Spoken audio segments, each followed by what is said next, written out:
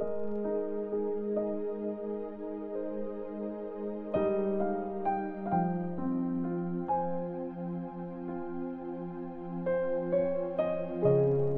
chapter 8. Buhay sa Espiritu. Kaya nga, hindi na pwedeng hatulan ngayon ang mga nakipag-isa na kay Christ Jesus. Kasi ang batas ng Espiritu na nagbibigay sa atin ng buhay dahil sa pakikiisa natin kay Christ Jesus ang nagpalaya sa akin sa kapangyarihan ng kasalanan at kamatayan.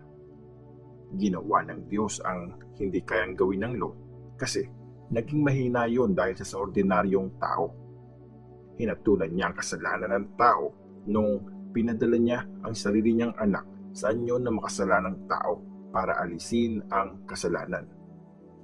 Ginawa ito ng Diyos para magawa ang tama at mabuting nire-require ng law habang namumuhay tayo ayon sa Espiritu at hindi ayon sa nature ng tao. Kinokontrol ng nature ng tao ang isip ng mga namumuhay ayon sa gusto ng nature ng tao. Pero kontrolado ng Espiritu ang isip ng mga namumuhay ayon sa sinasabi sa kanila ng Espiritu. Pag nature ng tao ang sinusunod, kamatayan ang resulta niyan. Pero pag Espiritu, maayos at mapayapa ang buhay natin. Kaya nagiging kaaway ng Diyos ang mga tao pag yung natural nilang pagkatao ang kumukontrol sa kanila. Ayaw kasi nilang sundin ang gusto ng Diyos. At ang totoo, hindi nila kayang sundin yon.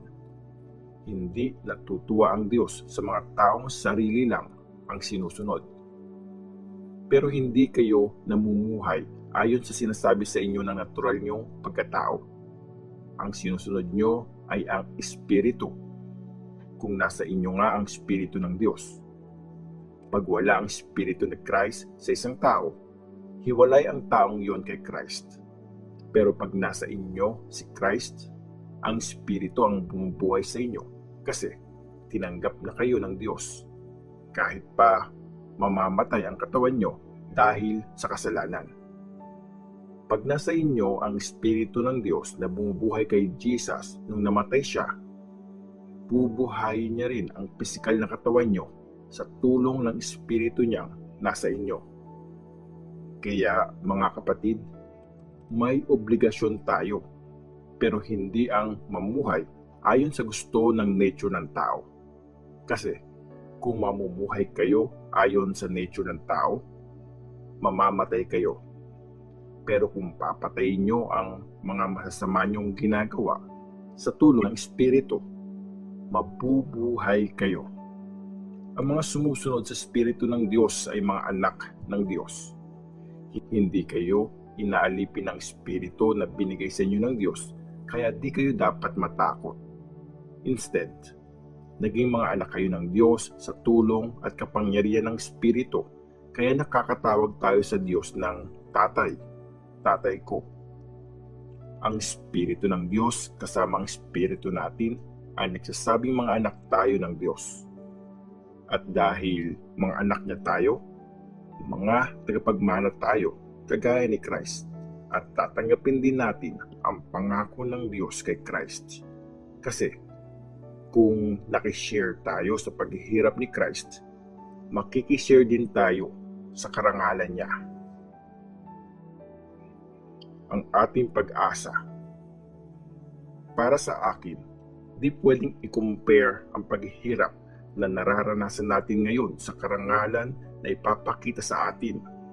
Excited na naghihintay ang buong creation sa oras na i-reveal ng Diyos ang mga anak niya. Pinarusahan kasi ang creation at nasira ang purpose nito. Hindi dahil gusto nito, pero dahil pinayagan ito ng Diyos. Pero may pag-asa pa. Dadating ang araw na papalayain ang creation, kaya hindi na ito mabubulok. Magiging malaya at marangal din ito kasama ng mga anak ng Diyos. Alam nating hanggang sa mga time na to, dumadaing ang buong creation sa sobrang sakit na parang babae nagle-labor at malapit ng mga anak. Pero hindi lang ang creation dumadaing, kundi tayo din sa mga tumanggap ng Espiritu na pinakauna sa mga binigay sa atin ng Diyos. Dumadaing din ang kalooban natin habang hinihintay natin na gawin tayong mga anak ng Diyos at palayain ang buong pagkatao natin. Naligtas tayo dahil sa pag-asang ito. Pero kung nakikita na natin ang inaasahan natin, hindi na yun pag-asa. Sino ba sa atin ang umaasa sa nakikita na? Pero kung umaasa tayo sa hindi pa natin nakikita, matyaga natin yung hinihintay. Ganito din tayo tinutulungan ng Espiritu. Kasi mahina tayo. Hindi natin alam kung paano tayo magpipray. Kaya ang Espiritu mismo ang nagpipray sa Diyos para sa atin. Sa mga daing na hindi kayang i-express ng mga salita ng tao. Alam ng Diyos ang laman ng mga puso natin, kaya alam niya rin kung anong nasa isip ng Espiritu. Kasi nagpipray ang Espiritu para sa mga taong pinili ng Diyos. At ayon sa gusto ng Diyos ang pinagpipray niya.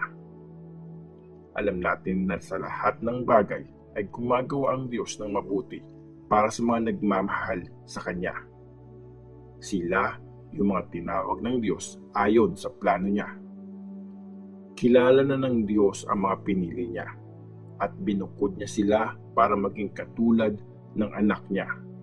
Para ang anak ang maging panganay sa maraming magkakapatid. So, yung mga binukod niya ay tinawag niya. At yung mga tinawag niya ay tinanggap niya at binigyan niya sila ng karangalan. Ang pag-ibig ng Diyos kay Christ Jesus. Ano ngayon ang masasabi natin tungkol sa mga to? Kung kakampi natin ang Diyos, sino ang laban sa atin? Siyempre, hindi ang Diyos.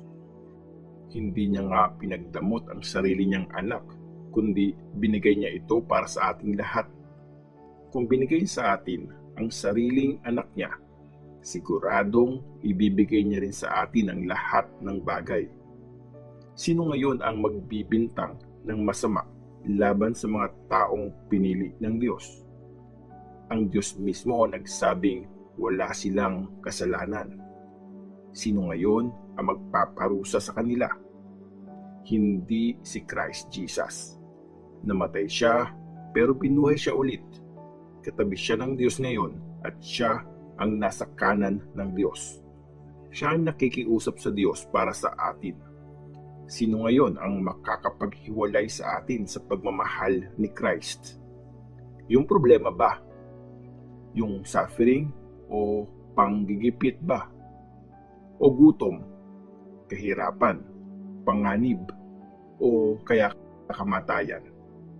Sinasabi sa Scripture, dahil sa inyo, lagi kaming nasa bingit ng kamatayan, para kami mga tupa na kakatayin.